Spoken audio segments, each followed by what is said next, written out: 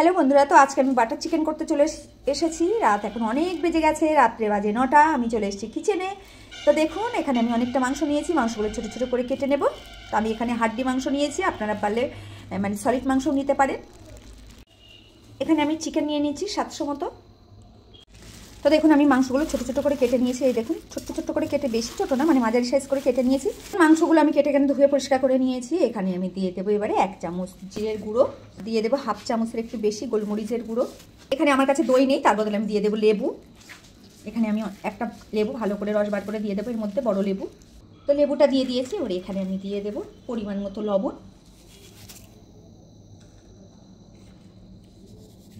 দিয়ে সুন্দর করে মাখিয়ে নেবো। তার আগে দিয়ে দেবো 1 চামচ আদা রসুনের পেস্ট,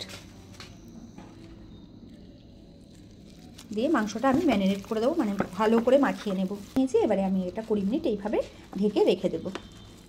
মানে কড়া নিয়ে নিয়েছি একটা।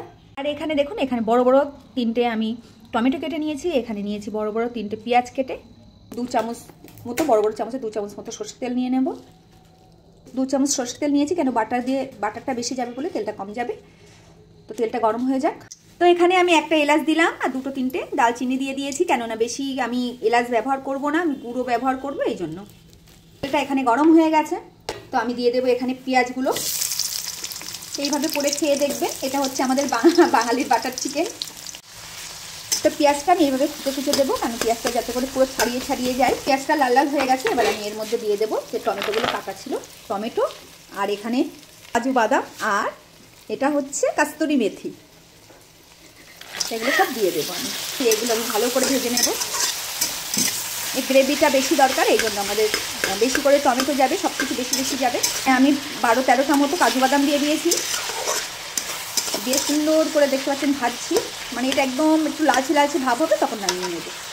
কাশ্মীরের লঙ্কাটা আমি একটু পরে দেবো ভেবেছিলাম, এই জন্য আমি পরে দিয়ে নিচ্ছি। এই যে লঙ্কাটা দিয়ে আরেকবার মাখিয়ে তারপরে ভাজতে দেবো। সুন্দর করে আমি আরেকবার মাখিয়ে নিচ্ছি।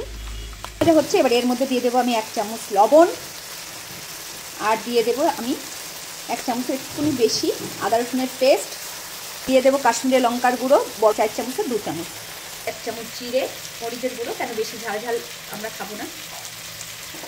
এটা ভালো করে আমি ভেজে নেব। এর সঙ্গে মশলাটাও যেন খুব সুন্দরভাবে ভাজা হয়ে যায়, কাঁচা কাঁচা ভাব গন্ধটা যেন একদম না থাকে। হয়ে গেছে, দেখতে পাচ্ছেন গ্রেভিটা কত সুন্দর, একদম ভাজা ভাজা হয়ে গেছে। একটা মিক্সি বোল নিয়ে নিয়েছি। এবার আমি মিক্সি বোলের মধ্যে এটা আমি দিয়ে দেবো, দিয়ে ভালো করে একটা পেস্ট বানিয়ে নেব। গ্রেভিটা নিয়ে নিয়েছি, আর এখানে আমি দিয়ে দেবো এই কাপের হাফ কাপেরও বেশি পানি, যাতে করে গ্রেভিটা আপনার খুব সুন্দর হয় এবং পাতলা হয়, যাতে করে যেমন আমরা থকথকে ঝোল খাই না, একটু পাতলা, তো সেই জন্য করে মিক্স করে নিয়েছি, দেখতে পাচ্ছেন। এবারে আমি একটা এখানে চালন নিয়ে নেব, চালনের মধ্যে ভালো করে চেলে নেব, যাতে একটু আস্তে আস্তে মতো না থাকে, পুরো একদম মানে খুব সুন্দরভাবে স্মুদি হয়ে যায়। সুন্দর করে আমি এটা স্মুদি করে নিয়েছি, মানে একদম ছেঁকে নিয়েছি।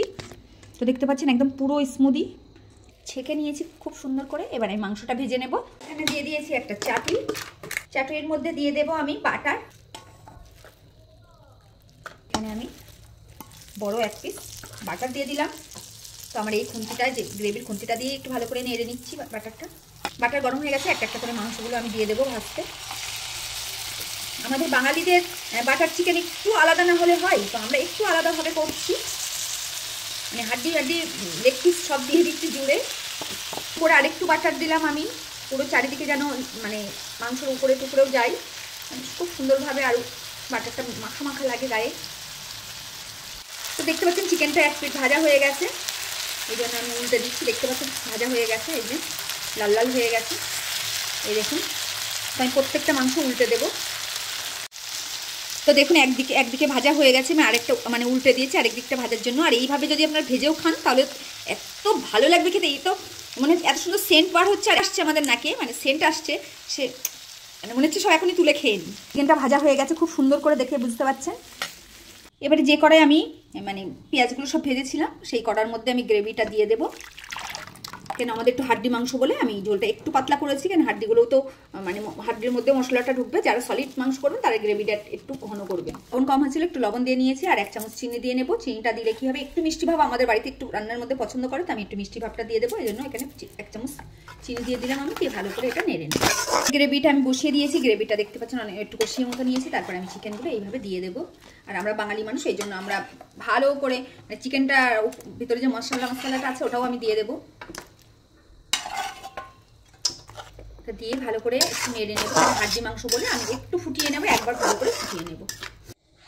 তো দেখতে পাচ্ছেন বাটার চিকেনটা হয়ে গেছে, কত সুন্দর হয়েছে। এই দেখুন গ্রেভিটাও সুন্দর হয়েছে, এই দেখুন পুরো ঘন, আর মাংসটাও মানে কি বলবো সুন্দর নরম হয়ে গেছে ভিতরে।